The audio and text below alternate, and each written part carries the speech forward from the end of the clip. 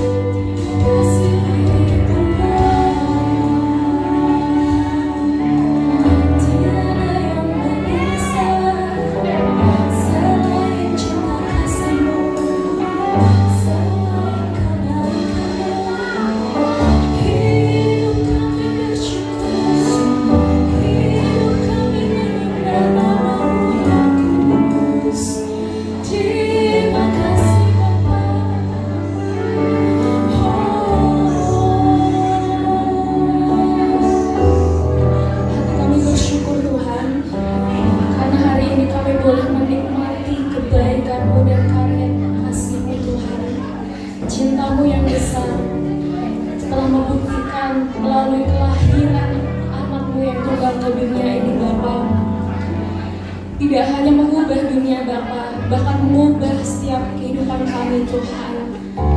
Dan pada sore hari ini, biarlah kami boleh memberikan sorak-sorai pujian penyembahan yang terbaik dari hati kami Bapa.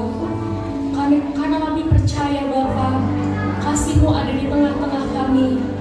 Kasih-Mu nyata di dalam kehidupan kami. Dengan hati yang menyembah, kami mau berikan yang terbaik bagi nama-Mu Tuhan. Biarlah menjadi dupa yang harum bagi hadirat-Mu Tuhan. Dan kami boleh bertemu dengan kasih-Mu di sore hari ini. Terpujilah Engkau Tuhan, terpujilah Engkau Tuhan kami yang baik, Tuhan kami yang penuh kuasa, Tuhan kami yang penuh kasih setia. Di dalam nama Tuhan Yesus, kami boleh kami mau menyambut kasih-Mu. Haleluya, amin. Haleluya. Siapa yang bersuka cita pada hari ini, boleh lambaikan tangannya saudara. Haleluya, selamat Natal. Mari berikan salam kanan kirimu, katakan selamat Natal.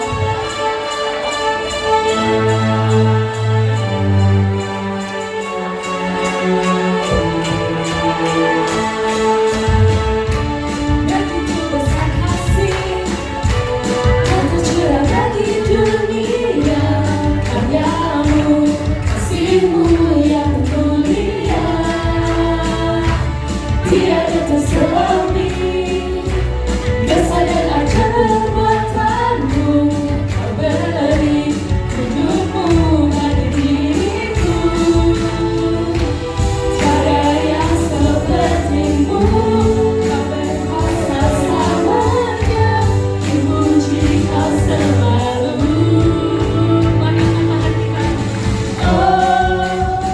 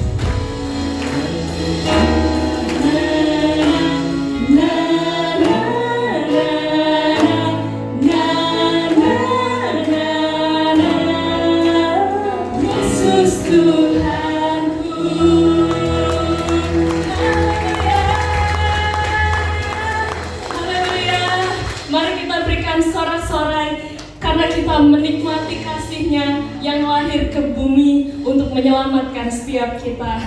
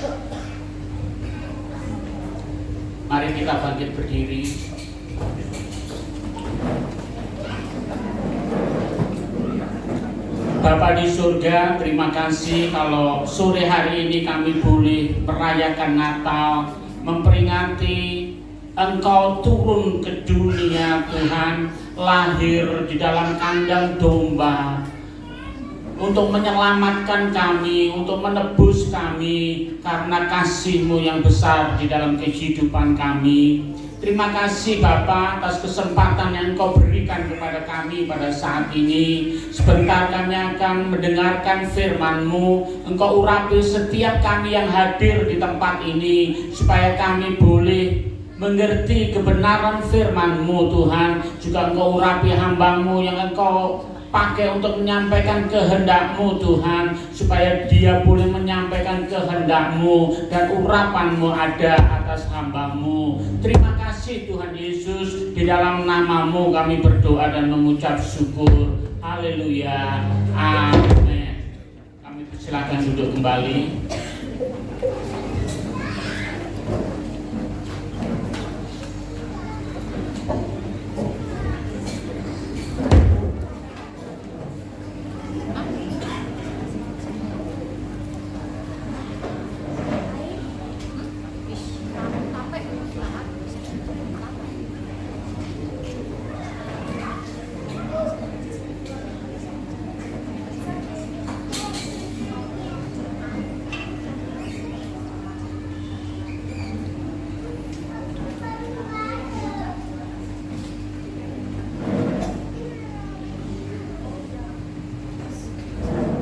Shalom. Puji Tuhan, saudara-saudara yang dikasihi Tuhan. Pada saat sore hari ini kita ada di tempat ini, khususnya kita akan merayakan Natal. Berita Natal buat kita sudah tidak asing lagi, sebab tiap tahun kita merayakan Natal ini. Saudara-saudara yang dikasihi Tuhan, kalau kita berbicara tentang Natal, satu hal yang harus kita ingat atau satu hal yang ada di dalam pikiran kita, yaitu kita memperingati kelahiran Tuhan Yesus. Saudara yang dikasihi Tuhan, Natal tahun ini gereja di tempat ini mengambil tema kasih yang menyelamatkan. Saudara, kalau kita berbicara kasih,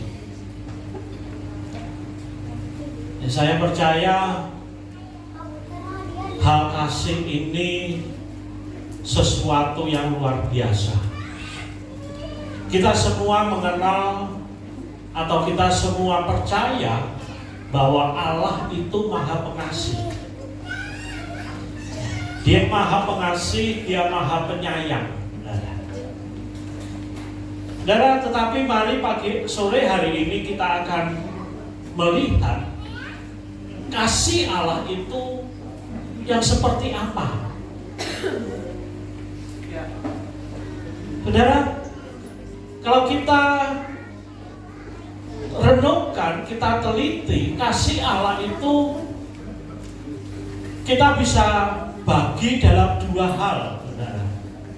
Yang pertama yaitu kasih Allah secara umum.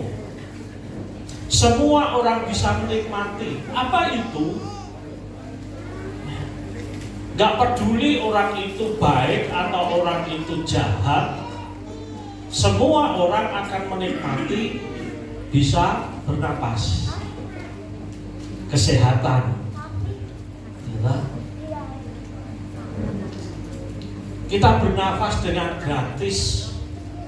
Saya percaya itu semua karena Tuhan yang memberi kepada kita.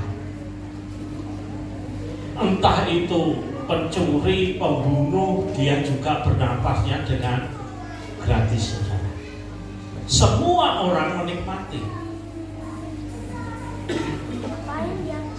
Kasih Allah yang secara umum, sekali lagi, semua orang menikmati, baik itu orang jahat, baik itu orang benar. Tetapi kasih yang kedua, yang pada sore hari ini akan kita bahas di mana kasih Allah dinyatakan secara khusus. Kasih Allah ini mempunyai dampak secara khusus buat manusia. Ya, kita akan buka Alkitab kita di dalam Injil Yohanes pasal 3 ayat yang ke-16.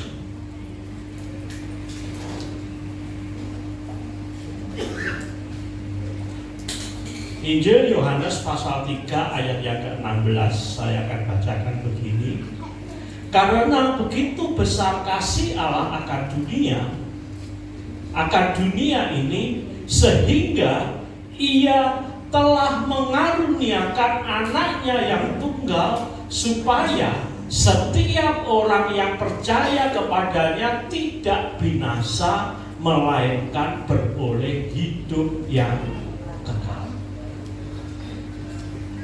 Sekali lagi, karena begitu besar kasih Allah akan dunia.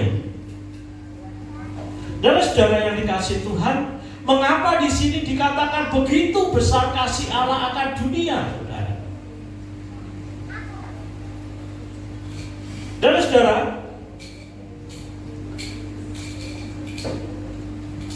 besarnya kasih Allah akan dunia ini sehingga Ia mengaruniakan putranya atau anaknya yang tunggal. Dan kalau kita bicara anak di sini bukan berarti Allah itu mempunyai anak, saudara, secara lahiriah. Sekali lagi, anak di sini artinya bukan anak secara lahiriah. Saya percaya Allah itu tidak beranak dan diperanakkan. Tetapi anak di sini kalau kita merujuk atau kita melihat Lukas, Injil Lukas pasal yang pertama ayat yang ke-32. Injil Lukas pasal pertama ayat yang ke-32.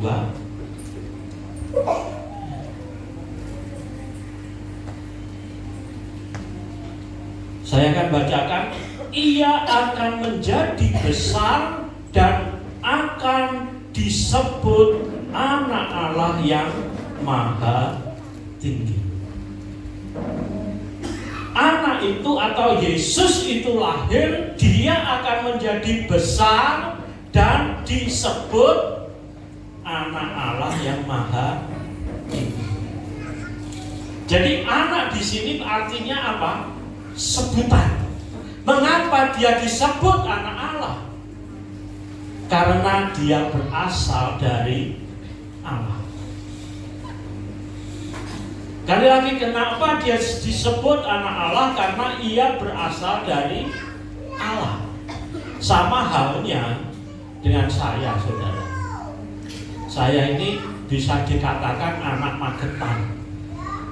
Meskipun saya sebetulnya lahirnya nggak di Magetan, saudara. Tapi hidup dari tahun 70 sampai sekarang tinggal tetap menetap di Magetan. Apakah Magetan punya anak? Enggak. Karena apa? Karena saya berasal dari kota Magetan. Demikian juga Yesus. Dan mengapa Tuhan Yesus itu harus lahir? Mengapa dia harus ada di dunia ini? Mengapa Yesus itu harus lahir di dunia ini? Di sini saya akan sampaikan dua alasan mengapa Yesus harus ada. Yang pertama, yaitu membuktikan kasih Allah yang besar itu. Dia memberikan anaknya yang tunggal. Sebab apa? Satu-satunya yang berasal dari Allah itu cuma Yesus.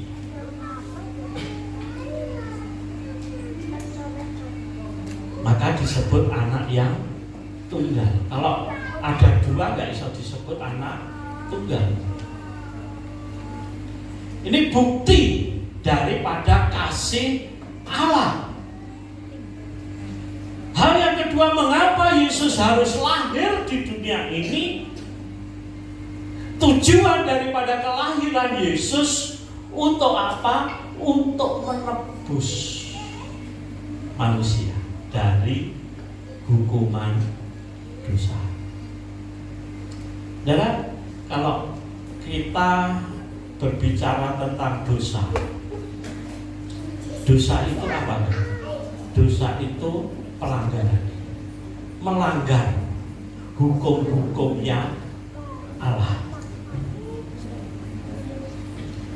Dosa itu melanggar hukum Allah. Apakah dosa itu bisa diampuni begitu saja, saudara?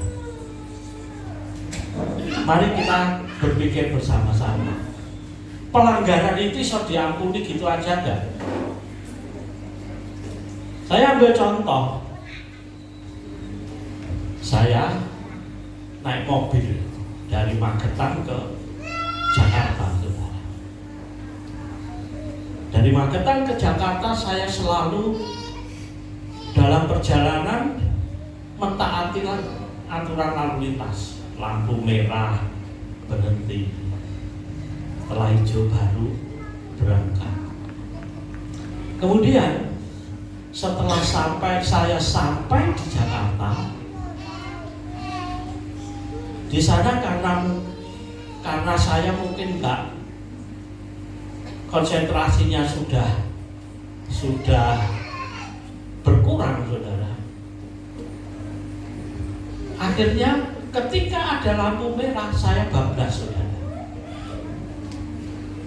Saya bablas. Dan kebetulan di depan situ ada polisi yang sedang jaga. Kemudian saya disuruh berhenti. Minggir. Ditanya, tahu kamu kesalahannya apa? Tahu, Pak.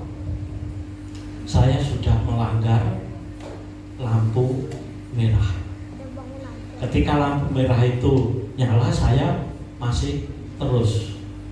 Sudah tahu kalau lampu merah harus berhenti.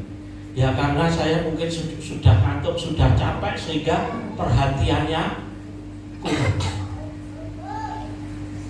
Kemudian polisi itu katakan apa, saudara? Nah, polisi itu tegas, polisi itu benar, harusnya apa? Saya harus ditilang. Karena apa? Melanggar. Kemudian saya ngotot, Pak polisi, saya dari Magetan sampai Jakarta ini selalu taat peraturan lalu lintas. Saya nggak melanggar. Kemudian polisi itu bisa, kalau polisi itu katakan begini, ya wes, karena kamu sudah banyak mentaati peraturan lalu lintas untuk hari ini, saya bebaskan. Kira-kira polisi itu benar apa salah, saudara? Kalau polisi itu menegakkan peraturan mesti salah. Kalau cuma ya wes goro-goro kamu sudah banyak tidak melanggar. Dosa itu sama halnya dengan ini. Dosa itu adalah sebuah pelanggaran, dan pelanggaran itu mesti ada hukumannya, mesti ada dendanya. Kalau kita melanggar peraturan lalu lintas, kita didenda, harus dibayar dendanya, baru saya bebas.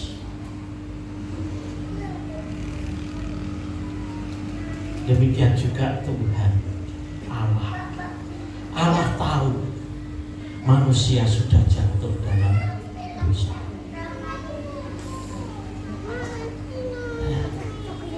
Allah tahu manusia sudah berdosa, dan hukuman dosa adalah maut. Hukuman dosa adalah masuk neraka, saudara. Nggak peduli saudara dosanya pino, banyak atau sedikit. Tapi saya yakin kita semua yang ada di sini dosanya pernah iso dihitung nggak, saudara? Nggak iso. Karena apa? terlalu banyak. Seandainya harus didenda, bayarnya piro, saudara? Bisa nggak kita bayar?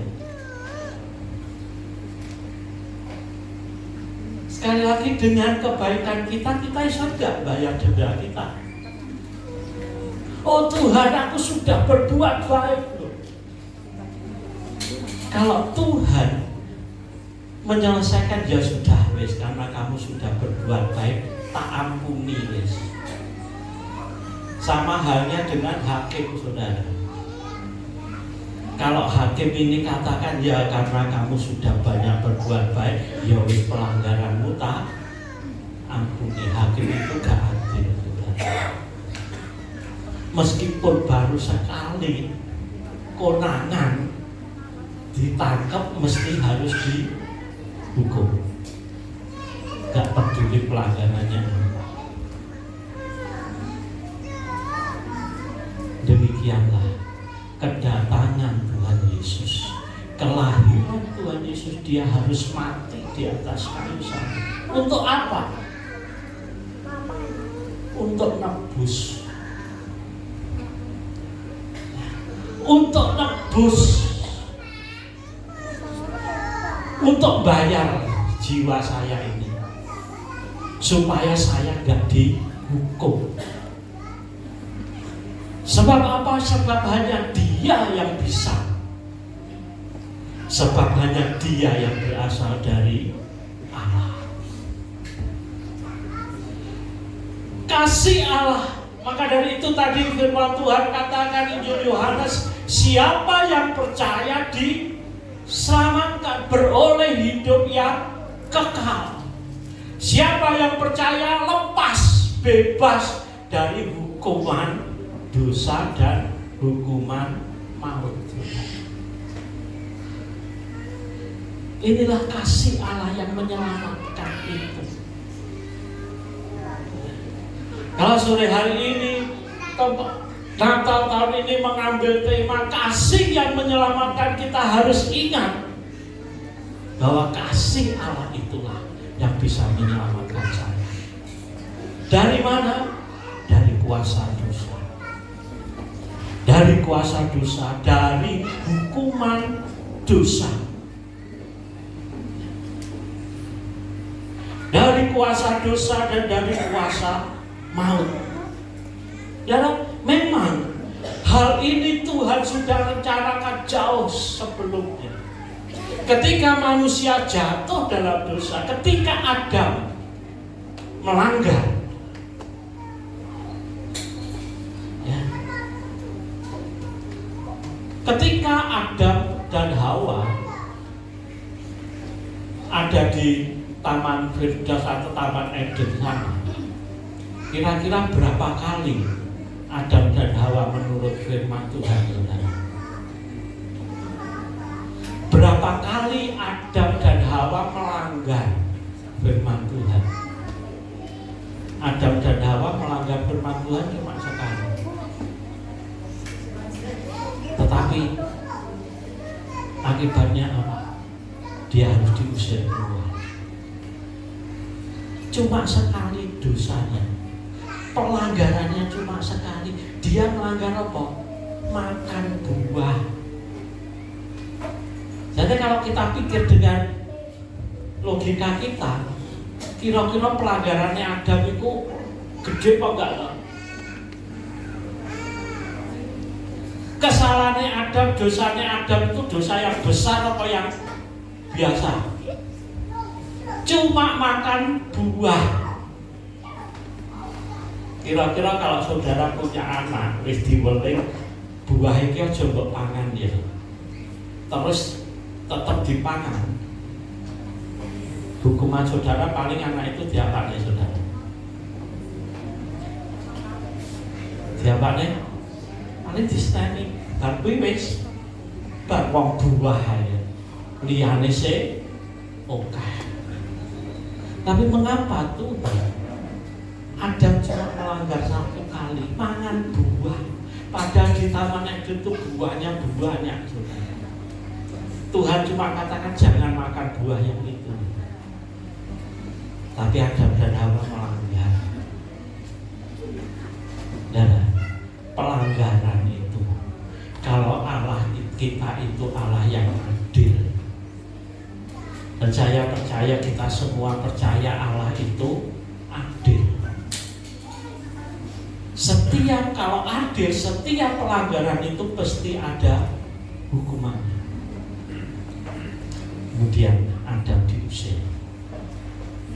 Dan pada saat Adam diusir, Allah sudah berjanji kepada Adam, Dia akan sekali waktu Dia akan selamatkan manusia. Dan kalau kita membaca, kita merenungkan Alkitab dalam Kejadian pasal 5, di situ dituliskan riwayat keturunan Adam, saudara. Keturunan Adam. Kalau kita perhatikan arti dari nama-nama Ibrani itu, nama-nama yang ada di Alkitab itu, ya, saya akan bacakan sejenak sebentar. Adam itu artinya manusia. Kemudian Adam punya anak namanya Set. Set itu artinya ditetapkan. Kemudian Set punya anak namanya Enos. Enos itu artinya mati. Jadi manusia ditetapkan untuk mati. Kemudian Enos mempunyai anak namanya Kenan. Kenan itu artinya menderita. Mati, menderita. Kemudian Kenan mempunyai anak namanya Mahalael. Mahalael artinya terang Allah. Kemudian Mahalael mempunyai anak Yared. Artinya apa? Yared akan turun. Yared mempunyai anak namanya Henokh. Arti daripada kata Henokh adalah mengajar. Henokh mempunyai anak namanya Metusalah. Artinya kematian. Kematiannya akan mendatangkan. Metusalah punya anak namanya Lamek. Lamek itu artinya putus asa dan hilang harapan. Dan Lamek mempunyai anak namanya Nuh. Nuh itu artinya penghiburan. Jadi kalau anak-anak ini kita susun jadi sebuah kalimat, kalimat itu katakan begini: manusia ditetapkan untuk mati, menderita, tetapi terang Allah akan turun untuk mengajar. Kematiannya, kematian Kristus akan mendatangkan rasa orang yang putus asa, yang hilang harapan akan mendapat penghiburan. Dan Allah sudah merencanakan ini jauh sebelum. Dan pada saat Natal, Yesus lahir. Pada saat Natal itu Yesus lahir. Inilah kasih Allah. Di dalam kasih Allah ada pengampunan. Siapa yang percaya tidak akan binasa, melainkan beroleh hidup yang kekal. Diampuni, ada pengampunan. Dan pengampunan Allah gak gratis, saudara. Wes, manusia tak ampuni gitu enggak. Dia harus bayar denda juga. Dengan darah Kristus, dengan darah anaknya yang tunggal, ada penebusan. Setelah kita ditebus, akhirnya kita diselamatkan. Jadi di dalam kasih Allah itu ada keselamatan. Kita sudah lepas lagi dari hukuman dosa, dari kuasa maut. Dengan kebangkitan Tuhan Yesus pada hari yang ketiga setelah dia mati, disitulah ada keselamatan. maut sudah dikalahkan. Karena apa? Karena dia bangkit mengalahkan maut. Kebangkitan Kristus itu mengalahkan maut. Jadi seandainya kalau Yesus itu datang ke dunia, dia tidak mati di atas kayu salib, tidak genap firman Tuhan, saudara. Firman Tuhan tidak tergenapi. Memang dia harus lahir. Kelahirannya bukan di istana, meskipun dia adalah putra Allah, anak Allah, dari Allah, tapi dia lahir tidak di istana. Dia ngambil tempat di kandang domba. Supaya apa? Bisa semua orang bisa datang. Ketika kelahirannya, para gembala datang. Semua orang bisa datang kepadanya. Kalau dia seorang raja, gak bisa. Semua orang belum tentu bisa ketemu raja. Tapi dia ngambil yang hina, saudara, di lahirnya di kandang domba. Saya percaya saudara pun gak pengen punya anak lahir di kandang wedhus, saudara. Gak punya pikiran, gak punya keinginan. Pengennya melahirkan itu ya di tempat yang baik, di rumah sakit, di bidan. Zaman sekarang lahiran di rumah itu sudah hampir nggak ada, saudara. Kalau mungkin zaman dulu masih lahir di rumah. Tapi nggak ada seorang pun yang pengen, punya cita-cita aku nanti anak sok lahir di kandang wedhus, saudara. Tuhan Yesus dia lahir di kandang domba. Untuk apa? Dia mau sederhana, saudara, merendahkan diri, biar semua orang bisa datang. Ada keselamatan di dalam kasih Allah. Dan di dalam kasih Allah, setelah kita ditebus, kita diselamatkan, hal yang ketiga, kita diterima kembali. Kita diterima kembali di hadapan Allah. Injil Yohanes pasal 1 ayat yang ke-12. Injil Yohanes pasal 1 ayat 12 katakan begini, tetapi semua orang yang menerimanya, menerima Yesus, diberinya kuasa. Diberi kuasa supaya menjadi anak-anak Allah, yaitu mereka yang percaya dalam nama-Nya. Jadi saya diberi kuasa untuk menjadi putrane Gusti. Bukan karena saya orang baik, bukan. Karena saya menerima Dia. Karena saya menerima Yesus itu, maka saya diberi kuasa menjadi anak-anak Allah. Tuhan sendiri, Allah sendiri yang mengangkat saya untuk jadi anak-anaknya. Dalam surat Roma pasal 8 ayat yang ke-15, sebab kamu tidak menerima roh perbudakan yang membuat kamu menjadi takut lagi, tetapi kamu menerima roh yang menjadikan kamu anak Allah. Oleh roh itu kita berseru, ya Aba, ya Bapa. Makanya saya bisa diberi kuasa untuk memanggil Allah itu Bapa saya. Hingga ketika Tuhan Yesus mengajari murid-muridnya berdoa, ketika murid-muridnya tanya kepada Tuhan Yesus, gimana caranya berdoa?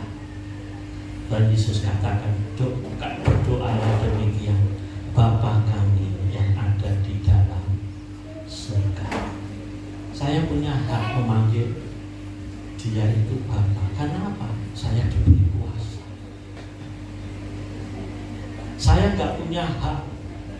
manggil Pak Presiden itu bapak saya, saudara. Karena saya nggak diangkat jadi anak. Tapi Bapa Allah itu mengangkat saya jadi anak-anaknya. Sehingga kalau saya berdoa itu cuma, ya Bapa saya, Bapa kami yang di dalam surga, ya Abba, ya Bapa. Dan inilah karya kasih Allah yang menyelamatkan ini. Kasih Allah yang menyelamatkan setiap orang yang percaya. Kalau kasih Allah yang pertama tadi secara umum, siapapun bisa menikmati udara, kesehatan. Kita bisa menikmati gratis. Orang jahat, orang baik bisa nikmati. Tapi kasih Allah yang kedua, kasih yang menyelamatkan itu, siapa yang bisa menikmati? Yaitu mereka yang percaya kepadanya. Kalau mereka percaya, mereka bisa menikmati kasih. Kalau nggak percaya, ya nggak bisa. Nah, tadi firman Tuhan, barang siapa percaya kepadanya.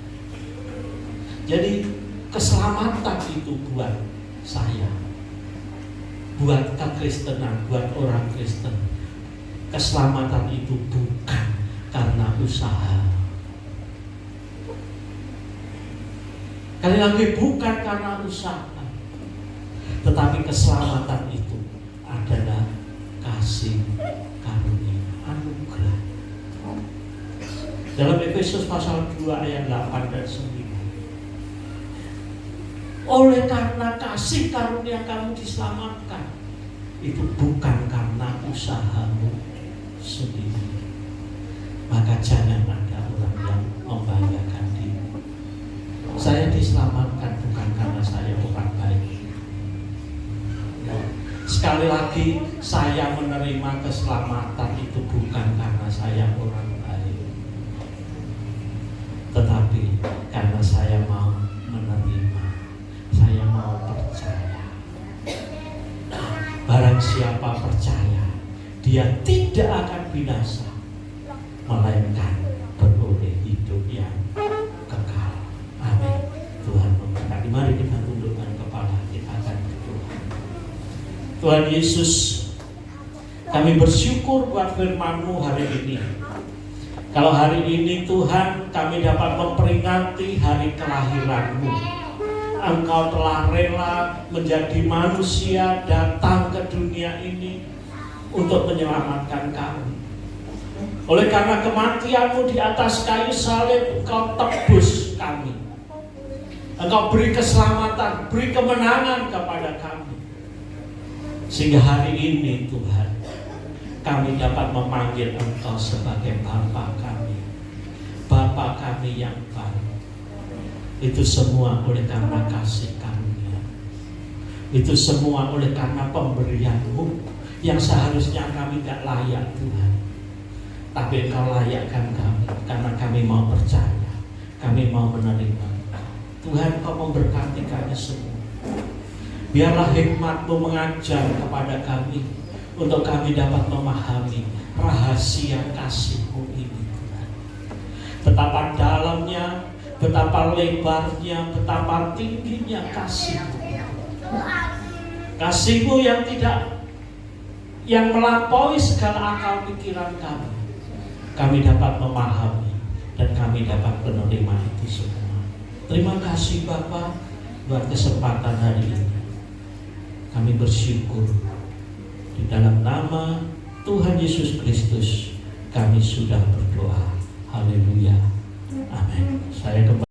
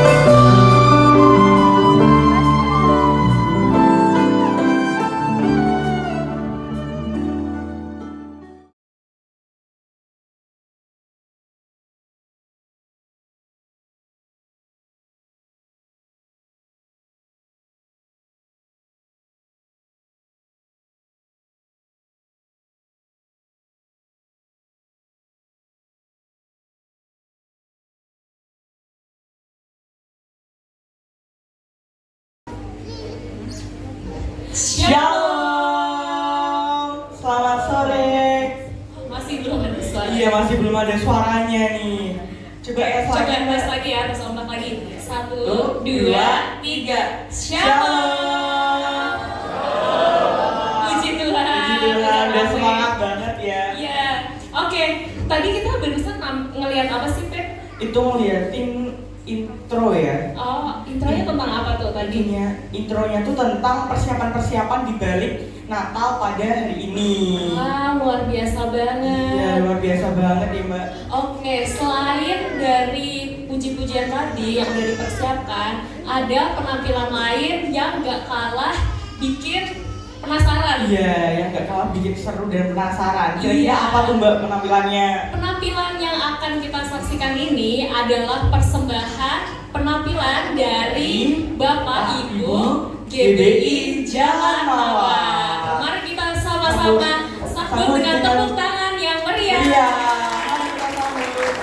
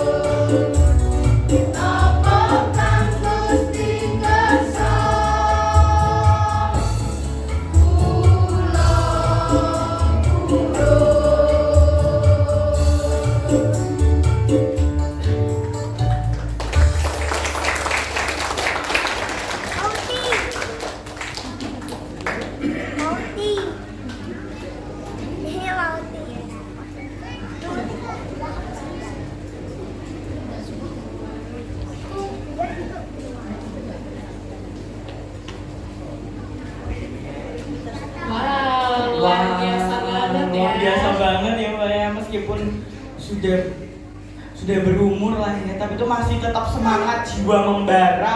Yoi, nggak mau kalah sama yang muda-muda. Iya, ya mau kalah kan belum tadi tuh yang PAW kan udah muda-muda. Nggak mau kalah dong. Iya, nggak mau kalah dong. Oke. Menyaksikan penampilan yang super wow, Apa tuh? yang Suara golden emas. voice. Suara emas dari duo Visi, Steffi dan Chelsea.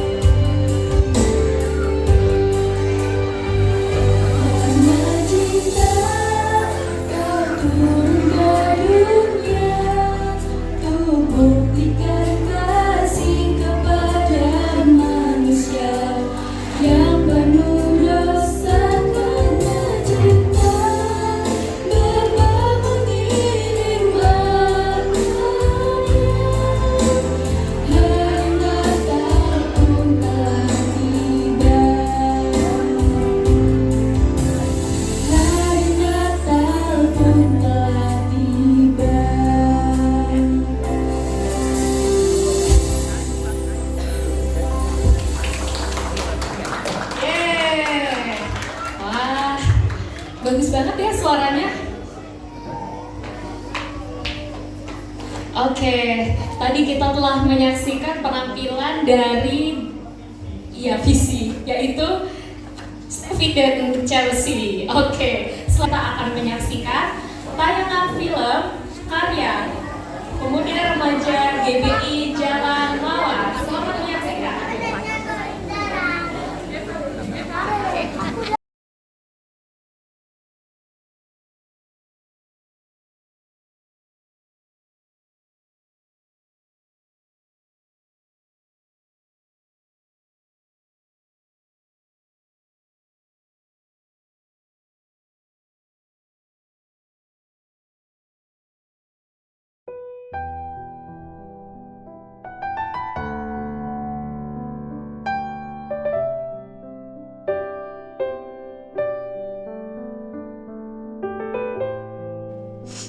Aku sedih, entah siapa yang bisa aku salahkan atas hidupku yang seperti ini.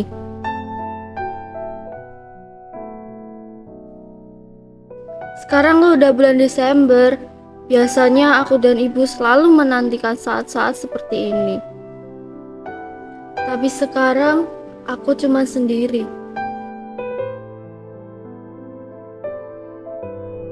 Ayah, apa itu? Dia mungkin sudah tidak menganggapku apa-apa.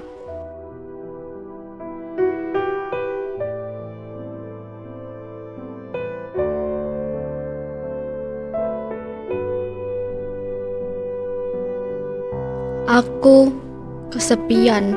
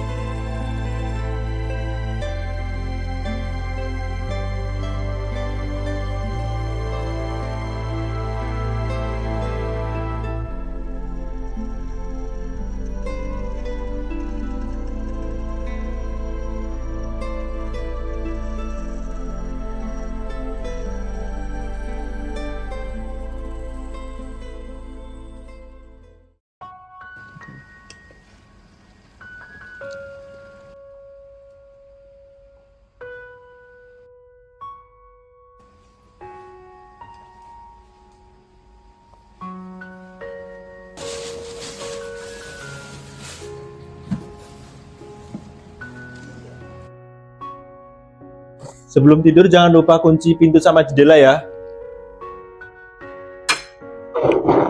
Ayah nggak bisa apa? Nggak usah pergi-pergi terus. Ayah emang pernah nanyain keadaan aku, baik-baik aja apa enggak? Enggak kan? Mending aku hidup sendiri aja. Boleh sana. 4 tahun ayah ngerawat ibu kamu.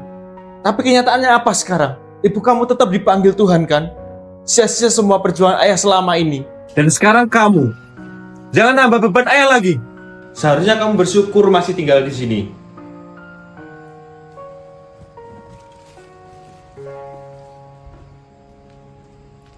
Aku benci sama ayah.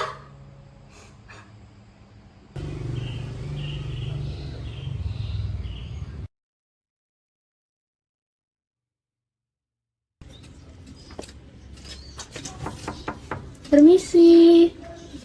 Permisi, ada orang di rumah?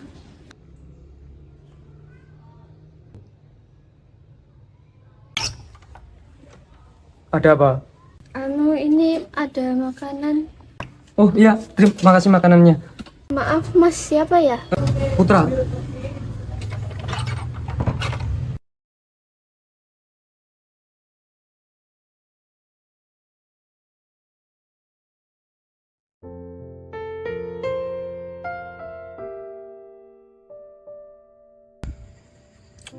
Mas Putra.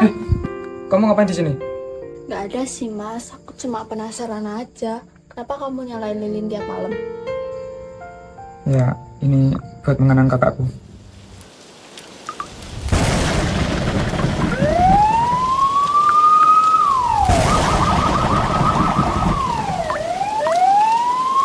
Tiga tahun lalu, kakakku meninggal karena kecelakaan. Waktu itu pas bulan Natal. Aku nggak tahu harus gimana waktu itu. Tapi lilin ini, cahaya kecilnya bikin aku tenang. Rasanya kayak kakakku masih ada, meski cuma dalam ingatan.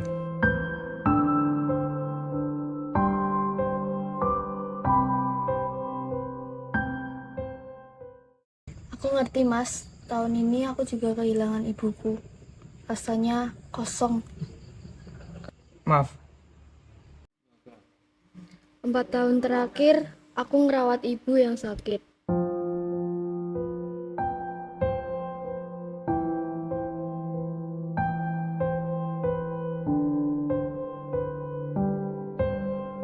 Sekarang, setelah dia nggak ada, aku baru ngerti rasanya kesepian.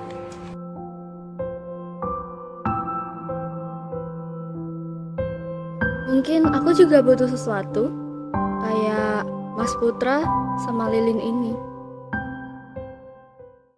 kalau begitu mari kita berdoa bareng.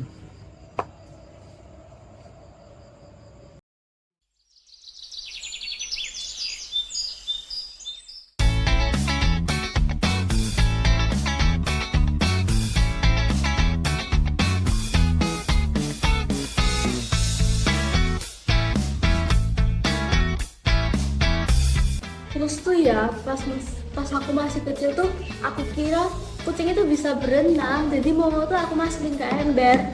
Untung cuma kabur, nggak nyakar. Kamu aneh banget sih. Iya, tapi kan kamu juga ketawa, berarti cerita aku lucu dong. Kak, aku ketawa karena kasihan sama kucingnya, bukan karena kamu lucu. Halah, nggak usah bohong deh, aku tahu kamu seneng. Lilin itu bisa punya makna sedalam itu ya, padahal cuma benda kecil loh, tapi cahayanya bisa bikin hati tenang. Iya, kadang sesuatu yang sederhana justru bisa berarti banyak kan? Aku kepikiran sesuatu. Apa? Kamu mikirin apa? Gimana kalau kita kasih tahu ke orang-orang tentang makna lilin ini? Kayak biar mereka juga tahu makna lilin ini juga bisa jadi simbol yang berarti buat mereka. Hah? Gimana caranya? Aku nggak bisa ngomong di depan banyak orang. Kita nggak usah ngomong langsung, Mas. Santai aja. Kita bikin konten TikTok aja gimana? Hah? Konten? TikTok? Enggak, aku nggak mau. Oke, 3, 2, 1, action. Udah mulai nih. Hmm. Hai semua. Pernah nggak sih kalian merasa kehilangan seseorang yang kalian sayang? Aku pernah. Tapi aku belajar kalau kehilangan bukan berarti melupakan. Misalnya seperti lilin ini.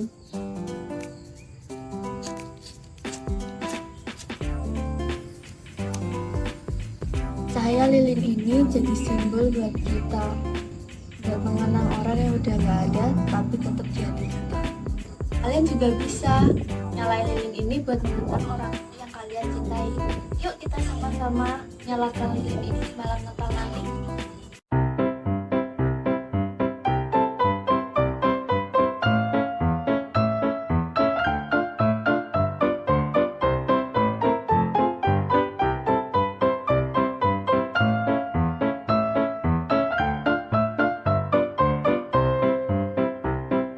Mas, gimana kalau kita buat event di alun-alun kota? Boleh juga tuh. Tapi siapa yang mau datang? Lihat aja nanti, pasti banyak yang datang. Oh, menarik.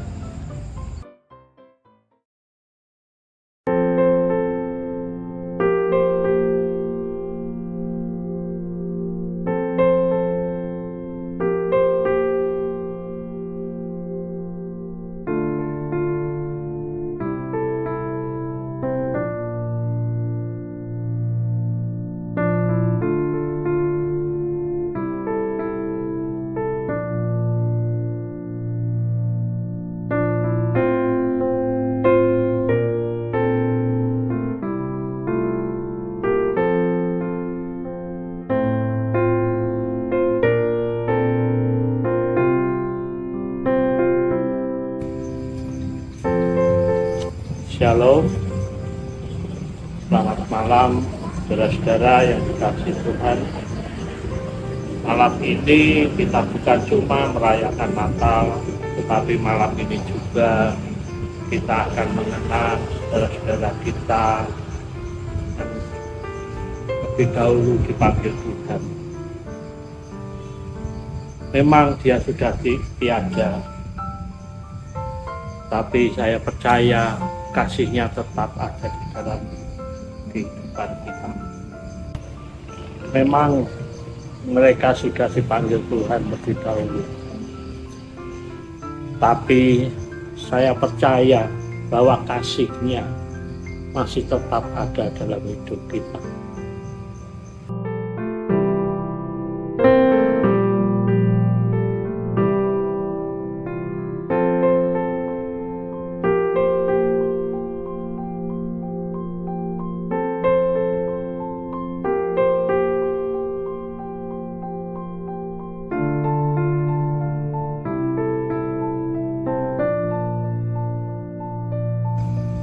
Lilin yang akan kita nyalakan malam ini merupakan simbol dari harapan, ketenangan, dan kasih.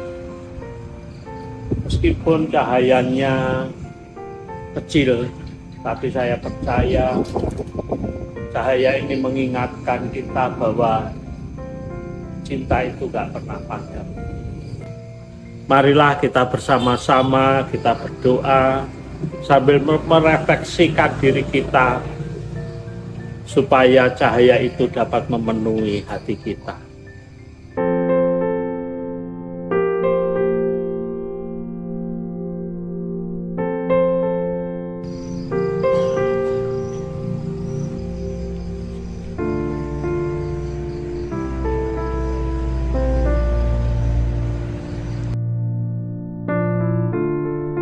Semoga cahaya lilin ini membawa kedamaian dalam hati kita dan mengingatkan bahwa cinta itu gak pernah padam. Marilah kita angkat lilin kita sebagai simbol bahwa cahaya ini membawa kekuatan untuk kita supaya kita bisa melangkah di masa depan.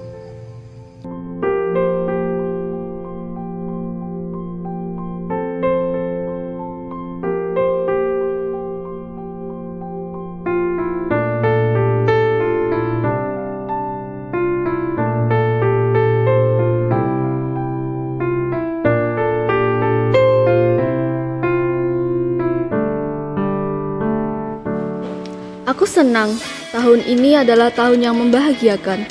Semua masalahku tidak ada, semua sudah selesai.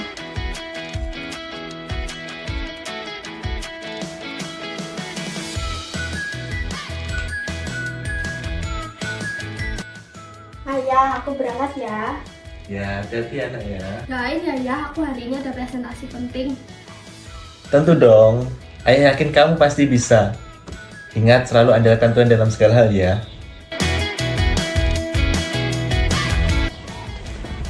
Bye ya. Bye nak. Semangat. Seperti itu. Sampai jumpa.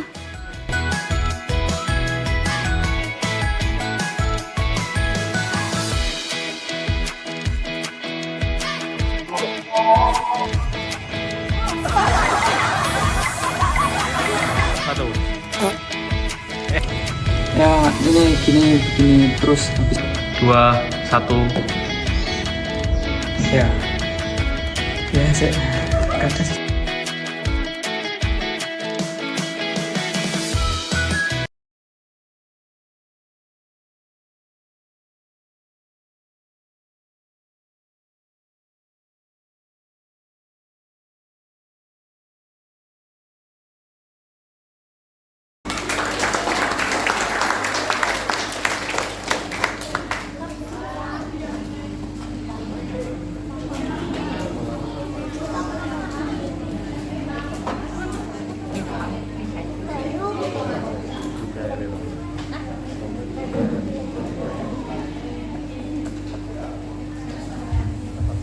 Wow, luar biasa ya, Luar kreatif biasa banget ya. ya memang anak-anak dan pemuda di tempat ini. Iya, kreatif banget ya filmnya tuh tadi. Ternyata tuh lilin yang diremehkan itu bisa memiliki makna yang dalam banget ya, Mbak ya. Iya.